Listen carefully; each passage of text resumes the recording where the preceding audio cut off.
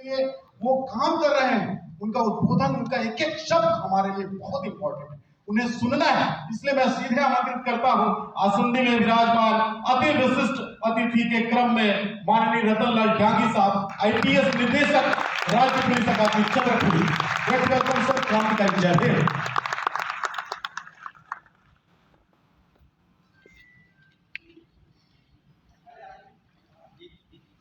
आप सभी को जय भीम। मैं सबसे पहले बाबा साहब के चरणों में नमन करता हूँ और सभी सम्मानित अतिथिगण, एक एक का नाम लेने से बहुत समय लगेगा और हम लोगों के पास में, क्योंकि हम लोग इसीलिए पिछड़ रहे हैं कि टाइम मैनेजमेंट नहीं है हमारा। हम समय को कैसे बचाएं, कैसे उसका सदुपयोग करें, उसकी तरफ ही सबको सोचना चाहिएगा हम सब लोगों को। मैं ये कहना चाहता हूँ कि ये मेरा सौभाग्य है कि इस प्रदेश के जितने भी बुद्धिजीवी हैं उनसे मैं बात कर रहा हूँ और जिनके ऊपर, जैसे मिश्रा जी ने कहा कि जिनके कंधों पे एक बड़ी जिम्मेदारी है कि जो आने वाली पीढ़ी आपका कैसे मूल्यांकन करेगी, क्या कहेगी। एक हम सबको अपने आप से एक सवाल पूछने की जरूरत है कि क्या आज डॉक्टर बाबा साहब अम्बेडकर हम पे गर्व कर रहे हैं। सबसे बड़ा सवाल ये है कि हम खुद संघर्ष कर, हम अपने अधिकार के लिए संघर्ष कर रहे हैं, यहाँ बैठ कर के बात कर रहे हैं प्रदेश में। तो जब हम खुद अपना संघर्ष कर रहे हैं तो जो हमारे पीछे छूट चुके हैं, हमारे गांव में जो लोग अभी कोई रापा चला रहा होगा या मजदूरी कर रहा होगा या कहीं झाड़ू लगा रहा होगा, कहीं गांव टूटे होगा, उसका क्या होगा। बहुत हद तक चूंकि हम सब लोग संघर्ष, हम जो यहाँ बैठे हैं वो पीढ़ी है जिसने संघर्ष भी देखा है और ये रेसिपी का एक आनंद भी लिया। हम वो पीढ़ी हैं। तो ये स्थिति क्यों आई, कई बार सोचते हैं, विचार करते हैं। तो ये स्थिति आने के पीछे हम जब आज संगठित हो रहे हैं, काश हम 10-20 साल पहले संगठित हो जाते, काश जब जजमेंट आ रहे थे उस समय जाग जाते। उस समय तो हमको केवल अपने बीवी बच्चों की चिंता थी, नौकरी लग गई, पार्टी दे रहे थे और क्या कर सकते हैं, प्रसादी कर रहे थे, लोगों को खिला रहे थे। उस समय तो हम खुले नहीं समा रहे थे, मोहल्ले वाले, गांव वाले हमारा माला पहनाते स्वागत कर रहे थे, हमको किसी की चिंता नहीं थी क्योंकि नौकरी तो लगी गई है, कोई दिक्कत नहीं है। जब हमको दर्द हुआ, हमारे पाँव में जो पीड़ा हुई, तब हमको लगा कि अब तो बहुत देरी हो गई, अब भी समय है तो सबको जागना चाहिए। हम वे बैक टू सोसाइटी की बात कब करेंगे जब हम खुद ही उलझे हुए हैं और सामने वाला तो इतने चालाक होते हैं कि कहते हैं कि offensive is the best defence. उन लोगों ने ये रणनीति अपनाई। चूंकि समय की मर्यादा है तो मैं तुरंत माइक लेते हुए सभी को सादर जय भीम करती हूँ और परम पूज्य बाबा साहब अम्बेडकर जी के चरण में त्रिवार वंदन करती हूँ। और इसी के साथ में सभी को बाबा साहब की बर्थ एनिवर्सरी की सभी को बहुत बहुत बधाई देती हूँ। और ये बहुत ही अच्छा अवसर है, सोजली और अजाक स्ट्रीम को मैं बहुत बहुत बधाई देती हूँ कि आपने एक ऐसा कार्यक्रम किया जिसमें हम सब एक दूसरे के फेस को रिकॉग्नाइज कर सके, एक दूसरे से मिल सके और बाबा साहब के मिशन को आगे बढ़ाने के लिए एक मंच आप लोगों ने इस प्रोग्राम के माध्यम से दिया। आप सबका बहुत बहुत आभार, साधुवाद। क्योंकि ये मंच बहुत ही महत्वपूर्ण है। मैं हर समय, हम जब भी बात करते हैं तो बाबा साहब की बात करते हैं, पर कुछ दिन अभी जैसे हम 14 अप्रैल को बाबा साहब की जयंती मनाए, पर इस जयंती को अब हम क्यों मना रहे हैं इस पे भी थोड़ा सा विचार करना चाहिए। बाबा साहब ने तो हमारे लिए बहुत कुछ किया, वो सब चीजें हमको सब पता है और लगातार हम चर्चा भी कर रहे हैं, पर लगभग मुझे लगता है कि हम बाबा साहब को भूल चुके थे, हमारी जनरेशन भूल चुकी थी, चाहे वो आज की पीढ़ी हो या पुरानी पीढ़ी हो। अब स्वाभाविक रूप से अगर भूली थी तो हमारी पुरानी पीढ़ी भूली थी और वो भूल गई। अब बताइए, हम भूल भी रहे हैं, हमारे में भूलने की भी क्षमता है। जो व्यक्ति हमको आज इतनी सारी चीजें उस समय से लेकर के अभी दिए हैं और पता नहीं कितनी जनरेशन को वो देंगे अपनी इस बुक के माध्यम से, परंतु फिर भी हम उनको भूल चुके थे। परंतु इस बीच में जैसे सोजलीफ टीम और हमारी अजाक्स टीम ने ये आज ऑर्गेनाइजेशन किया, आज ये प्रबंध किया कि आज हम सब मिल करके उनके विचारों को आगे बढ़ाएं, वैसा ही एक काम एक समय मान्यवर काशीराम साहब ने किया था। और मान्यवर काशीराम साहब ने, चूंकि समय की कमी है इसलिए मैं बहुत शॉर्ट में ही बोलना चाहूंगी कि काशीराम साहब ने भी अपनी नौकरी को छोड़ दिया और छोड़ करके उन्होंने अपनी साइकिल से ये प्रचार चालू किया कि बाबा साहब ने हमारे लिए क्या किया। अगर बाबा साहब ने हमारे लिए इतना सब कुछ किया है तो वही हमको अपने लोगों को जा जाके घर घर में जा जाके बताना है।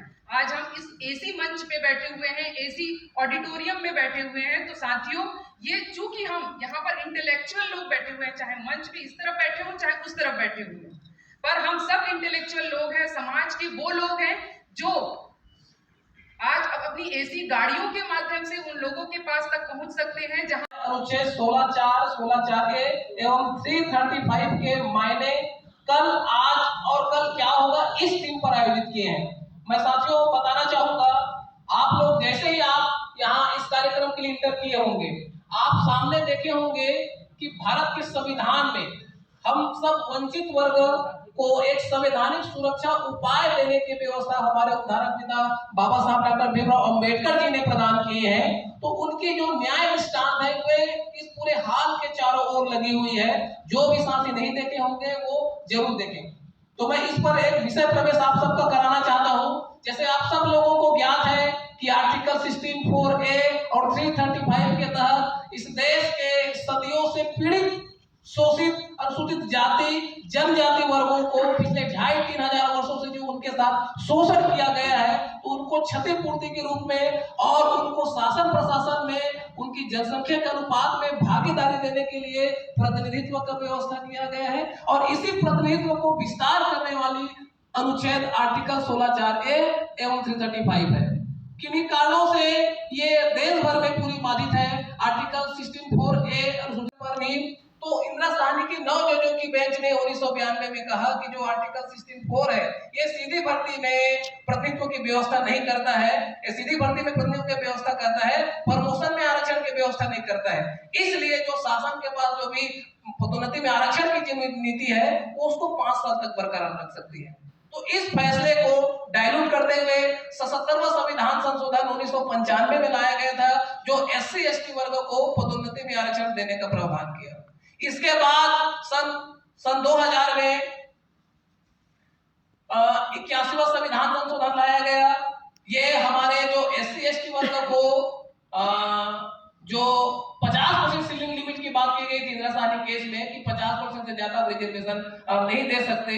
और जो कैरी फॉरवर्ड है जो हमारे वे रैम्जे मैकडोनाल्ड को बोले कि साहब ये जो अंबेडकर जी बोल रहे हैं ऐसा हमारे देश में नहीं है, कि ये हमारे देश में सब समान है।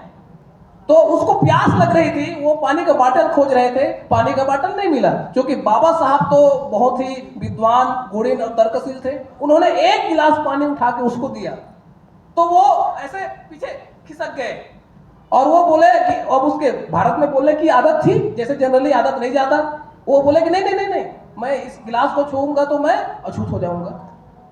मतलब बाबा साहब फिर जोर से हंसे और गोलमेज सम्मेलन की अध्यक्षता कर रहे रैम्जे मैकडोनाल्ड जी को बोला, देखिए मैकडोनाल्ड जी, मैं इतना गुणीन हूँ, 32 विषय में मेरी मास्टरी है, 12 भाषाओं का मुझे ज्ञान है, 64 विषय में मैं मास्टर किया हूँ। इतना गुणीन व्यक्ति और योग्यता में मैं इनसे किसी भी हाल में कम नहीं हूँ। तो मुझ जैसे व्यक्ति के हाथ से ये पानी नहीं पीते तो सोचिए हमारे देश के लोगों का क्या हाल होता होगा। तो साथियों, आज जो हमारी नौकरी है, हमारी जो नौकरी है ये केवल और केवल बाबा साहब के प्रयासों से। तो जो जिनको घमंड होगा, जिनको गर्व होगा अपनी जॉब का, वो भूल की जिंदगी जी रहे हैं। यदि हमको अवसर की समानता नहीं मिलता तो आज हम यहाँ पर टाई कोट सूट में, इतने महंगे महंगे मकानों में, बड़ी बड़ी लग्जरियस गाड़ी में, बड़ी बड़ी महंगी टाइल्स वाले घरों में नहीं रहे होते। तो हमारा जीवन पूरा बाबा साहब को समर्पित होना चाहिए और हमको संविधान और बाबा साहब को जीना पड़ेगा। हमको संविधान और बाबा साहब को जीना पड़ेगा। इसलिए जैसा डांगे साहब ने कहा, जितने भी हमारे यहाँ आज के ऑफिसर बैठे हुए हैं, कहीं आपके यहाँ हमारे गांव घर से जो लोग आए उनको बिल्कुल सम्मान दीजिए, उनको बुलाइए, अपने पास बैठाइए, एक गिलास पानी पीजिए। देखिए कितना गांव में जाके वो तारीफ करेंगे। तो साथियों, डांगे साहब की बात को हमको गांठ बांधना है। कितनी बड़ी बात हम लोगों के बीच कह दी। तो साथियों, जितने भी साथी लोग जिनको पत्र मिला होगा वो पत्र को तो 40 साल जाति, जनजाति, पिछड़े वर्ग और महिला को प्रतिनिधित्व देने को लेकर रहा है। तो आज हम जिस बाबा साहब के जो प्रतिनिधित्व के दिए अधिकार है, जो शासन प्रशासन में कल, आज और कल की जो स्थिति है, उस पर मैं आगे चर्चा करना चाहूंगा। साथियों, इस पर जो रोक लगी है ये 1992 से शुरू हुआ है। साथियों, 33 साल की जो संघर्ष है, मैं आपको 10 मिनट में ब्रीफ करना चाहूंगा। पहला पेरियर आया साथियों 1992 में। इंदिरा साहनी केस एक फेमस केस है, जो ओबीसी वर्ग को जो आरक्षण है, जिसकी अनुशंसा मंडल कमीशन ने किया था, उसकी संवैधानिक वैधता को लेकर था। तो उनकी संवैधानिक वैधता पर सवाल था, लेकिन चर्चा हुआ SC ST रिजर्वेशन पर भी। तो इंदिरा साहनी की 9 जजों की बेंच ने 1992 में कहा कि जो आर्टिकल 16(4) है, ये सीधी भर्ती में प्रतिनिधित्व की व्यवस्था नहीं करता है। ये सीधी भर्ती में प्रतिनिधित्व की व्यवस्था करता है, प्रमोशन में आरक्षण की व्यवस्था नहीं करता है। इसलिए जो शासन के पास जो भी पदोन्नति में आरक्षण की जो नीति है, वो उसको 5 साल तक बरकरार रख सकती है। तो इस फैसले को डाइल्यूट करते हुए 77वां संविधान संशोधन 1995 में लाया गया था, जो SC ST वर्ग को पदोन्नति में आरक्षण देने का प्रावधान किया। इसके बाद सन 2000 में 81वां संविधान संशोधन लाया गया। ये हमारे जो SC ST वर्ग को जो 50% सीलिंग लिमिट की बात की गई थी इंदिरा साहनी केस में, कि 50% से ज्यादा रिजर्वेशन नहीं दे सकते।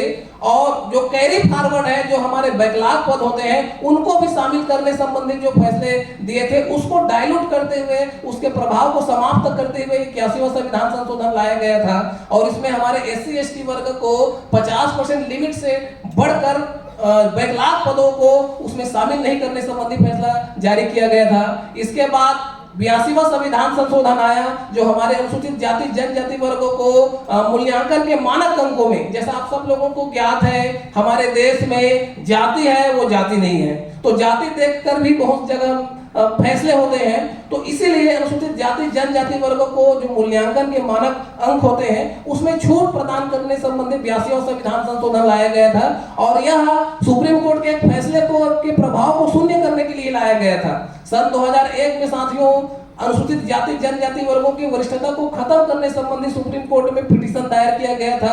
अर्थात अनुसूचित जाति जनजाति के अधिकारी कर्मचारियों को केवल एक बार प्रमोशन मिलता, दोबारा उसको प्रमोशन नहीं मिलता। इससे जो फीडर कैडर पोस्ट है, एंट्री पोस्ट है, तो उसमें जो सामान्य वर्ग है, तो सामान्य वर्ग का नाम ऊपर रहता है। आप लोग देखे होंगे कि जितने भी हम लोग शासकीय सेवा में चयन होते हैं, तो जो चयन लिस्ट होता है, उस चयन लिस्ट के प्रथम 50 पदों में, या जितने भी पद हैं, उस पद के 50% ऊपर के पद में गैर SC ST वर्ग के कैंडिडेट होते हैं। और हमारा SC ST का नंबर 50% के बाद आता है, क्योंकि रिजर्वेशन की सीमा भी 50% है, कि 50% से आप रिजर्वेशन नहीं दे सकते। तो चयन लिस्ट में हमारा नाम नीचे होता है, और जब प्रमोशन की बारी आती है, तो प्रमोशन की जो पोस्ट होता है वो लगभग आधी हो जाती है। तो ऊपर में जो 50 रैंक में क्रमांक 1 से लेकर 50 तक जो गैर आरक्षित वर्ग के लोग होते हैं, वे ही प्रमोट होते हैं। तो इस समस्या से निजात दिलाने के लिए समय समय पर हमारे बहुजन समाज के लोगों ने जो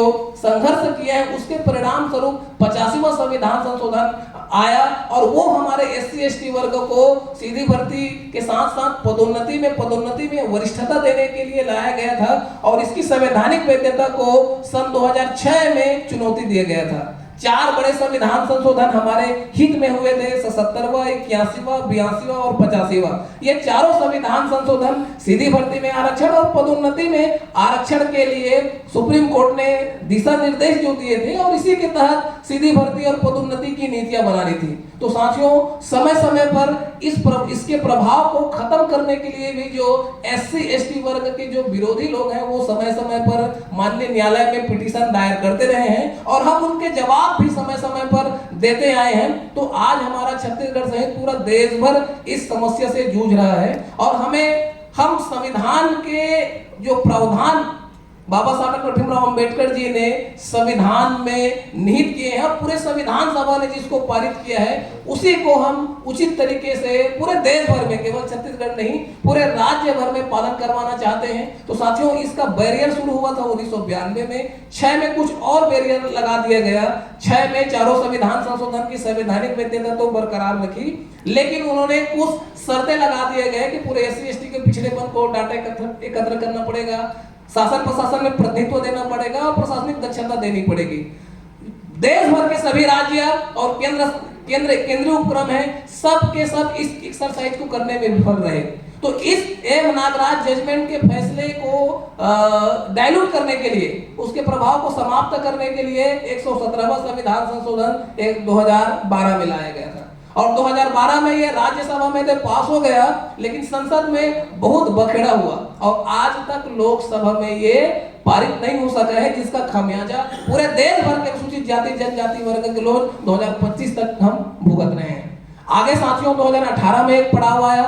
2018 में हमारे देश भर के अनुसूचित जाति एवं जनजाति वर्ग के अधिकारी कर्मचारियों ने एम नागराज के फैसले को 7 जजों की बेंच में ले जाने का फैसला किया और जनरल सिंह वर्सेस लक्ष्मी नारायण गुप्ता वाले मामले में सुप्रीम कोर्ट ने कहा कि इस फैसले को ऊपर के बेंच को ले जाने की जरूरत नहीं है। इसमें हाँ, पिछड़ेपन की डाटा इकट्ठा करने की जरूरत नहीं है। SC/ST की they are most backward caste, मतलब ये अति पिछड़ी जातियां हैं और इंदिरा साहनी केस में SC/ST वर्ग को अति पिछड़ी जातियां माना है और SC/ST के ऊपर क्रिमिनल निर्धारण नहीं हो सकता, क्योंकि OBC और SC/ST दोनों भिन्न भिन्न जातियां हैं।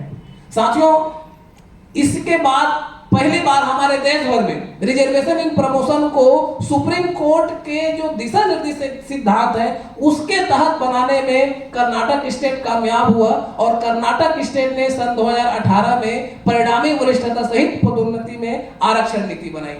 उसको सुप्रीम कोर्ट में चैलेंज किया गया और सुप्रीम कोर्ट ने सन 2019 में बी के पवित्रा बनाम स्टेट ऑफ कर्नाटक वाले मामले में 2018 की परिणामी वरिष्ठता सहित पदोन्नति में आरक्षण नीति की संवैधानिक वैधता को सुप्रीम कोर्ट के 3 जजों की बेंच ने बरकरार रखी और उस बेंच की अध्यक्षता कर रहे थे अभी हाल ही में सुप्रीम कोर्ट से सेवानिवृत्त हुए जस्टिस DY चंद्रचूड़ जी ने, और एक अच्छी परिभाषा दी थी प्रशासनिक दक्षता को लेकर। आर्टिकल 335 को यदि आप पढ़ेंगे संविधान में तो उसमें प्रशासनिक दक्षता का ध्यान रखते हुए SC/ST वर्ग के दावे की बात किया है। तो प्रशासनिक दक्षता को DY चंद्रचूड़ ने बी के पवित्रा वाले जजमेंट में उनको रूढ़िवादी धारणा कहा। DY चंद्रचूड़ जी ने उस फैसले में कहा कि ये जो प्रशासनिक दक्षता की जो बात है ये रूढ़िवादी धारणा है। कोई व्यक्ति या कोई समाज के व्यक्ति जन्म से या उस वर्ग में पैदा लेने से वो उसमें दक्षता कम नहीं होती है। ये देश काल परिस्थितियां और समय निर्धारित करता है कि कौन कितना दक्ष है। तो हम प्रशासनिक दक्षता को किसी कागज में, किसी योग्यता में या किसी मेरिट से हम नहीं माप सकते। एक अच्छा विश्लेषण दिया है प्रशासनिक दक्षता पर। तो प्रशासनिक दक्षता का सवाल भी सन 2019 में एक प्रकार से खत्म हो गया। तो साथियों, उसी को देखकर हम छत्तीसगढ़ में भी यहाँ के अनुसूचित जाति जनजाति वर्ग के अधिकारी कर्मचारी कर्नाटक स्टेट को छत्तीसगढ़ में फॉलो करने के लिए हम सब मिलकर प्रयास किए। साथियों, हमारे स्टेट में भी रिजर्वेशन इन प्रमोशन के अगेंस्ट में ढेर सारे पिटीशन लगे। मैं आदरणीय कावरे साहब, आदरणीय डांगी साहब, आदरणीय हमारे वासनिकर साहब सहित तमाम हमारे प्रशासनिक अधिकारी बैठे हुए हैं। मैं उनको अवगत कराना चाहूंगा कि हम लोग छत्तीसगढ़ में लगभग 1500 से 2000 हस्तक्षेप याचिका हमने माननीय उच्च न्यायालय में फाइल किया और उस समय हम लोग इसमें नौसिखिए थे। उसके बाद हम लोग खुद, क्योंकि राहत इंदौरी साहब कहा करते थे हमारे पैर का कांटा हम ही से निकलेगा, इसलिए हम लोग अपने पैर का कांटा निकालने के लिए हम लोग खुद आगे बढ़े और सारे जो सुप्रीम कोर्ट के न्याय दृष्टांत है, खास करके रिजर्वेशन मसले से संबंधित, चाहे वो स्टेट ऑफ उत्तराखंड मामला हो, स्टेट ऑफ त्रिपुरा मामला हो, स्टेट ऑफ आंध्र प्रदेश मामला हो, स्टेट ऑफ उड़ीसा मामला हो, स्टेट ऑफ मध्य प्रदेश मामला हो, स्टेट ऑफ जम्मू कश्मीर मामला हो, सारे मामले की न्याय जो दृष्टांत है उसके जिस्ट निकाली और हम सब ने खुद अध्ययन करना शुरू किया साथियों। और 4 साल इसकी लंबी लड़ाई हाई कोर्ट में चली। इसके लिए आदरणीय इंदिरा जयसिंह मैडम जो सुप्रीम कोर्ट के बहुत बड़ी एडवोकेट है, उनको अपने फेवर में लाए। मनोज गोरकेला जी आए थे, फिर उसको शासन ने अपने काउंसिल नियुक्त किया। आदरणीय संजय हेगड़े जी आए, उनको शासन से अपने काउंसिल नियुक्त करवाए। और इस तरीके से जब पेशी पर पेशी हाई कोर्ट में देती जा रही थी। आप सब इसमें अवगत है, जितने भी हमारे सोशल जस्टिस ग्रुप से जो जुड़े होंगे, आप सब लोगों को पता है कि वो जो मैसेज सर्कुलेट होता है वो मेरा ही है, मैं ही विनोद कुमार खोसले हूँ। तो हम सब ने सबके प्रयासों से, जितने भी हमारे छत्तीसगढ़ के सामाजिक और अधिकारी कर्मचारी संगठन है, सब ने मिलकर प्रयास किया और हमने हाई कोर्ट को जो पेशी दर पेशी दे रहे थे, तो इसके विरुद्ध में हमने सुप्रीम कोर्ट में SLP फाइल किया। तो सुप्रीम कोर्ट ने माननीय उच्च न्यायालय को निर्देश दिया कि आप 3 महीने के भीतर इस फैसले को आप डिसाइड करें। ये आपके बेंच में है, तो आप इसको डिसाइड करें। इस तरह साथियों 16/4/2024 को माननीय उच्च न्यायालय ने WPS 9778 2019 विष्णु प्रसन्न Tiwari versus state of Chhattisgarh मामले में छत्तीसगढ़ शासन को 3 महीने के भीतर पदोन्नति में आरक्षण नीति को अधिसूचित करने निर्देश पारित किया।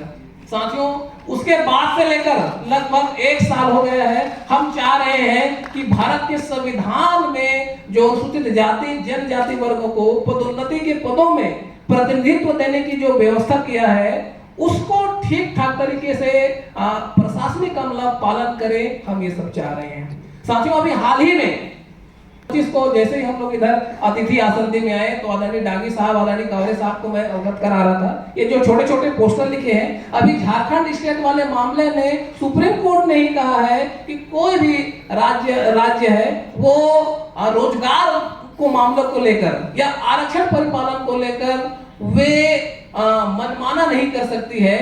उनको संविधान एवं सुप्रीम कोर्ट के निर्देशों को पालन करना चाहिए, और यदि ऐसा नहीं कर रही है तो ये समानता के सिद्धांत के जड़ों को खोखला करने के समान है, ऐसा सुप्रीम कोर्ट ने कहा। ये मैं जितनी भी बातें बोल रहा हूं, आप सब इसको सुप्रीम कोर्ट के जजमेंट से या गूगल से आप रिसर्च करके देख सकते हैं। तो साथियों ये बहुत ही चिंतन की बात है। आप सबको बताना चाहेंगे साथियों कि हजारों साल बाद हम सबको दलदल से निकालने के लिए हमारे महापुरुष पैदा होते हैं। हमको तो नहीं लगता कि कोई और दोबारा बाबा साहब हमको जगाने के लिए आएंगे।